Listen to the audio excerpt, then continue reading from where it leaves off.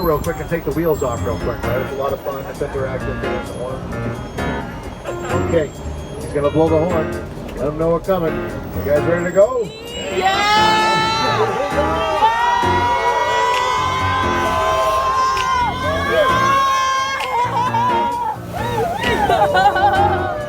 Oh my God! Oh my God!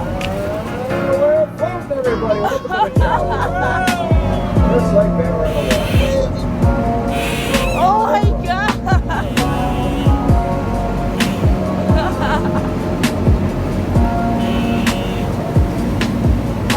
Oh, yeah.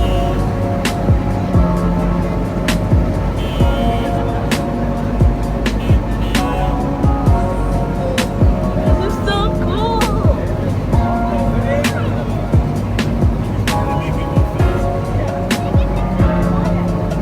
Mama! Mama! Ellie! Welcome to the Charles River, folks. Oh my God, this This is so river here, the Charles River. This river used to be one of the dirtiest rivers in the United States. If you love that dirty water, well, you're home. Back about 1990, the EPA, the Environmental Protection Agency. You saw the EPA, right? Is that still around there? The EPA, they tested the water quality back in the 90s. They gave the water quality of the Charles River a D+ rating in terms of water quality back then. Might have been an improvement compared to 100 years ago.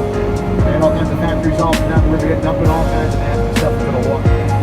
Well, they decided they're going to clean it up. The Charles River Watershed Association got together with local businesses, cities and towns along the river. They decided to clean it up, trying to control the flow of nasty stuff coming into the water. Now the EPA came back to Boston about 7 years ago. They tested the water quality of the Charles River. Nowadays, they give the Charles River an A- rating in terms of water quality. A-, B+.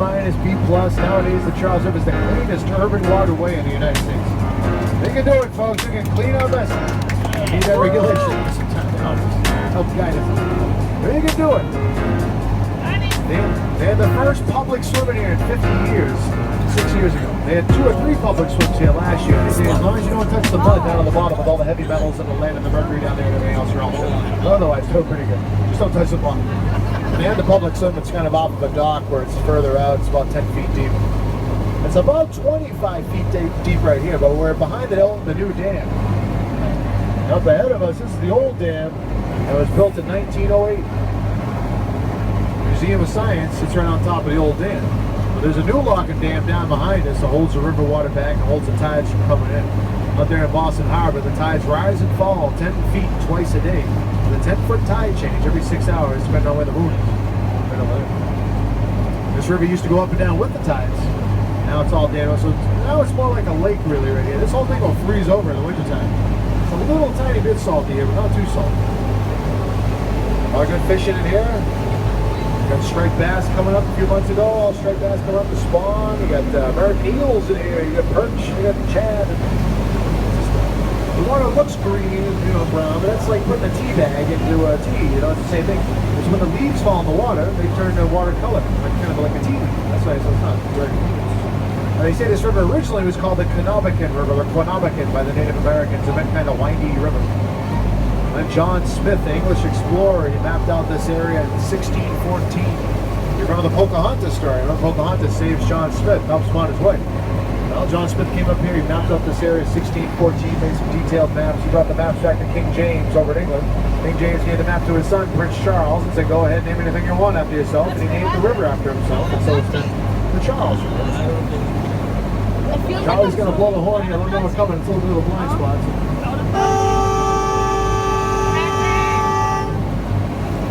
Alright. Before we go on to the main part of the river, folks, off to the left, please read the Charles River rules, everybody, and follow them to a T. You got that, folks? You got that? Alright, thank you, everybody. Thank you. Opens up nice over here. Oh, thank you, sir.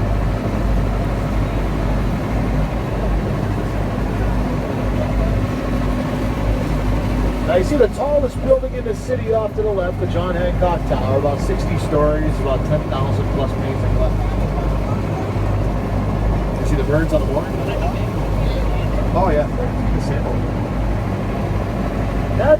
Hancock Tower there, when they finished putting up all the glass in that building in 1974, it started to catch the wind. The building's so skinny on its side, it's so wide and flat on the other side. When it caught the wind, it started to twist and torque in the wind, and the windows started to pop out of the building. The first 2 months it was open, they lost 60 panes of glass right off the side of the building. They had to go through and redo all the frames, all the windows. It cost them another $2 million back then to redo all that. They installed 2 giant counterweights up on the 58th floor to kind of keep it from shifting as much. People getting seasick up on top of the building. That's all squared away now. Beautiful building, reflects all the old buildings all around.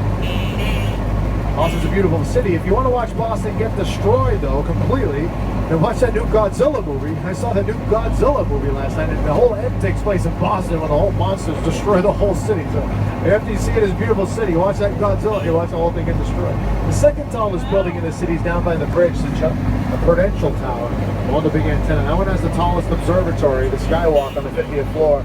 Or you go all the way up top. The restaurant up there, top of the hub restaurant. Go up there, get a nice bottle of Bud Light Lime for $9. Get a nice view up there too. It's not that bad. Food's pretty good up there actually.